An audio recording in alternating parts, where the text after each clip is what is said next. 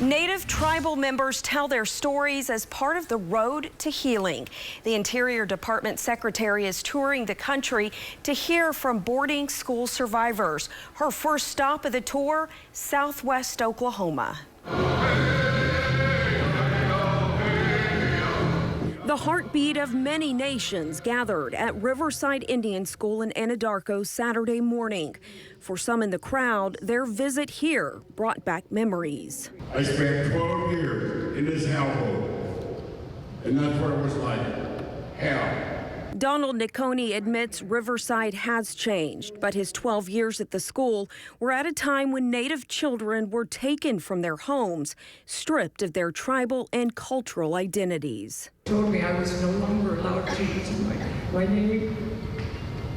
I was given a number, and my number was 199. Listening to every speaker, the country's first Indigenous Interior Department Secretary.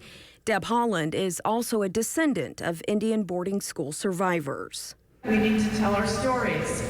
Today is part of that journey.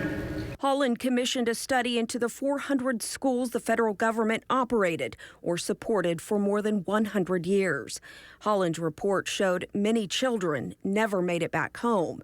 Those who did suffered deep trauma. I entered the boarding school system 56 years ago, and I could have lost my language, but I retained it because my mother never spoke English.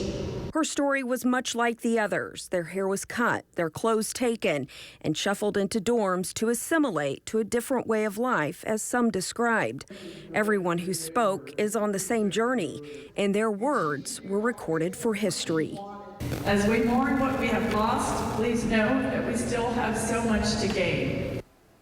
Holland's year-long tour will take her across the country. Her next stops will be in Hawaii, Michigan, Arizona, and South Dakota.